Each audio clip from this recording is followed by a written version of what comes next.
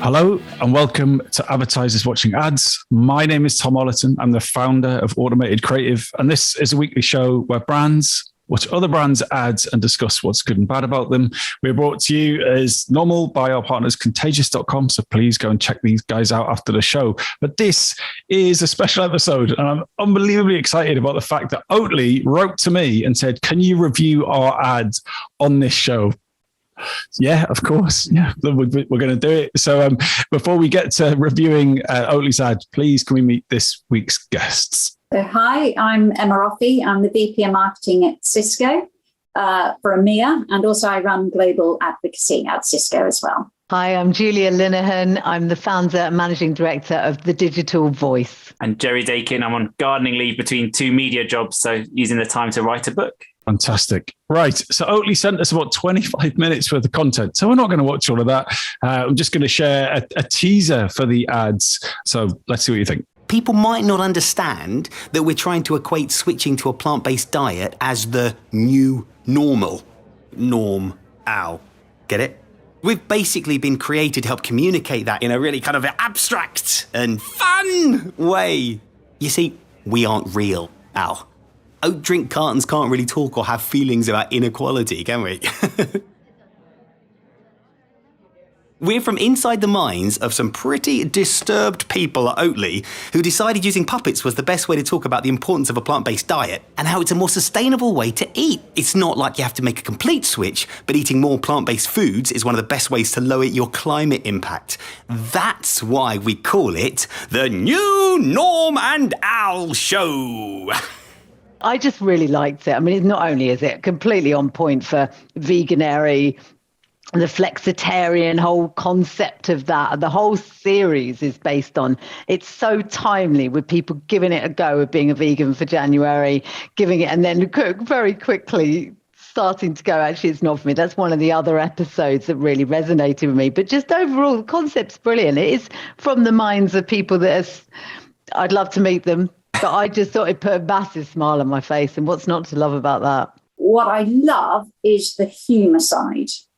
What I don't like in that little snippet that we just saw, I don't think they need to go on about, in my opinion, that they're puppets, they're not real, blah, blah. I think for me, that's a sort of a waste of energy, whereas they got some fantastic messaging and some real humour that they could play on more. And I love what they're saying around in some other episodes. It's not all or nothing. You know, you can break the rules sometimes and that's okay.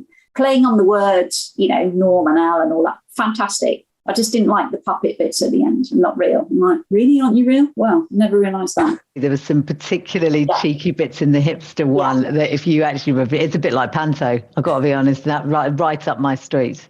I have slightly mixed feelings. I mean, I'll put my cards on the table and say I'm often not a fan of Oatly's marketing. I think they play around with this kind of, oh, this is an advert. Aren't we clever for telling you it's an advert kind of thing that I think personally gets a bit dated. Is also a bit of an in-joke for our industry and a lot of consumers I'm not sure get. When I watch that, 3-4 minute clip, I laugh, I smile. I think it's a great bit of communications. It tells a tough and slightly boring, although we shouldn't be bored about saving the world, but we can be story in a really rich way. And I don't mind the puppets going on about the existential crisis. I quite enjoyed it. It was a weird one that I watched one and then I wanted to watch the next one and then I wanted to watch the next one. Obviously nowadays you go onto YouTube and it's like one after the other and you can see them because it comes up. But it's something about it just made me think, I quite like that. I quite like what's going to happen to Norm and Al. I don't know why they've won me over completely. It might be because I actually am a flexitarian as well. And I do also, my daughter drinks oat milk and I quite like it, but I also drink milk and I'm probably their ideal audience in a way, slightly childish and open to being flexitarian. Yeah. And it's something, it's a very competitive category. A lot of the products look quite similar. This message is both helping them stand out in that category and hopefully expand that category. There's a lot of really good marketing stuff in there. And even the kind of, hey, we're making an advert, yay, aren't we funny? I think they kind of get the right balance of. I just think with such a media hat on, I'd be really worried about the media plan and the way they were making sure that people had a way into this. I think they need to be really careful because when you get into it, brilliant. Yeah. When you're at the edges, what is going on here? I think it falls halfway between an ad like a good ad and an okay YouTube series? Like if the ad didn't exist, like forget that TV spot, forget their media budget, and it was a bunch of guys who were just trying to like launch a product, is it strong enough? Do you think that they tried to do two things here when one could have been better? No, I think you have to take it for what it is, actually, and not too serious from that point of view. And that's where I can understand, we're not real, we're puppets, that works. I think people would want to see more. Really good messages in there that they can get across in a fun way. The message was so clear to me, and I think it worked in either. I just found it quite entertaining. And I think it could also encourage children as well. There's another layer to it that they could go further down a route down towards more the children's market. But for me, this worked, and I really liked it. Fantastic piece of content if you get into.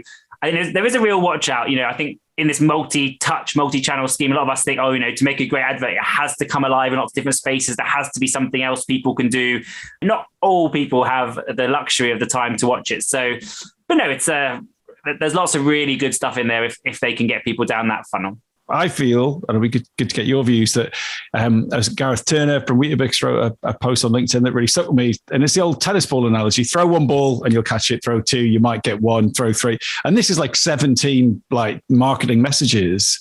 It's aimed at kids, it's adult, it's funny, it's a YouTube ad, it's a TV ad. It's like all the, veganuary, all those different things. I feel like they've thrown a ton of tennis balls at us here. And it's like, oh, yeah, but I knew about Oatly anyway. Like, do you know what? I might disagree with you there, Tom, because I think the overarching message for me from them is give it a go. Just give it a go. Yeah. I'll back Emma up on this, and I caught a lot of those tennis balls, Tom. So I don't know how many. I just think you're not very good at tennis. Something in there, but well, quite. What a put down. A key word that none of us have said is preachy, and I think that's because it's not preachy. Yeah. And I think content in this space often is like trying to communicate this stuff and tell you you've got to make the world a better place and give up milk and stuff. It's easy to feel preached to. So I think they've dodged a bullet and come up with something good by not being preachy. And you think they're blatantly talking about the competition as such. Yeah. They've broken that rule. I think that they've been marketing to or preaching to the choir to a degree, going for the people who really care about climate change and all the rest of it. Is this a clever step away from that more aggressive, preachy planet saving? And if so, have they gone far enough? Is it mainstream enough, or like have they landed it with the person who hasn't tried Oatly yet? It's from my side, yes, because now I'm thinking, as you said it, I thought in every single one, now I can remember the phrase they used about sustainability and saving the planet.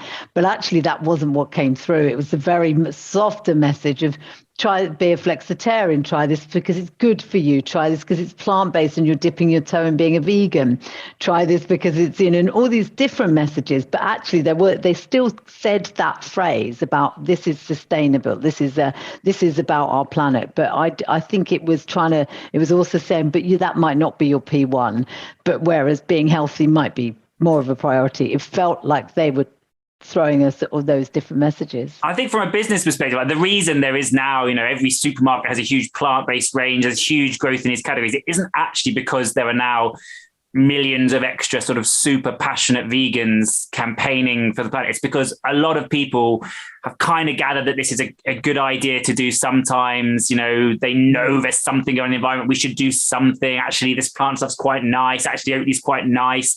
So I think it really is, to become a mainstream brand, you have to kind of leave some of that behind, because, the majority of consumers aren't going to become like passionate environmental campaigners, but they might happily make a slightly different choice here and there if it tastes good and isn't a bad thing. And I think that's the kind of the audience they're sort of starting to move into, which is a good growth opportunity. It's voting time, guys.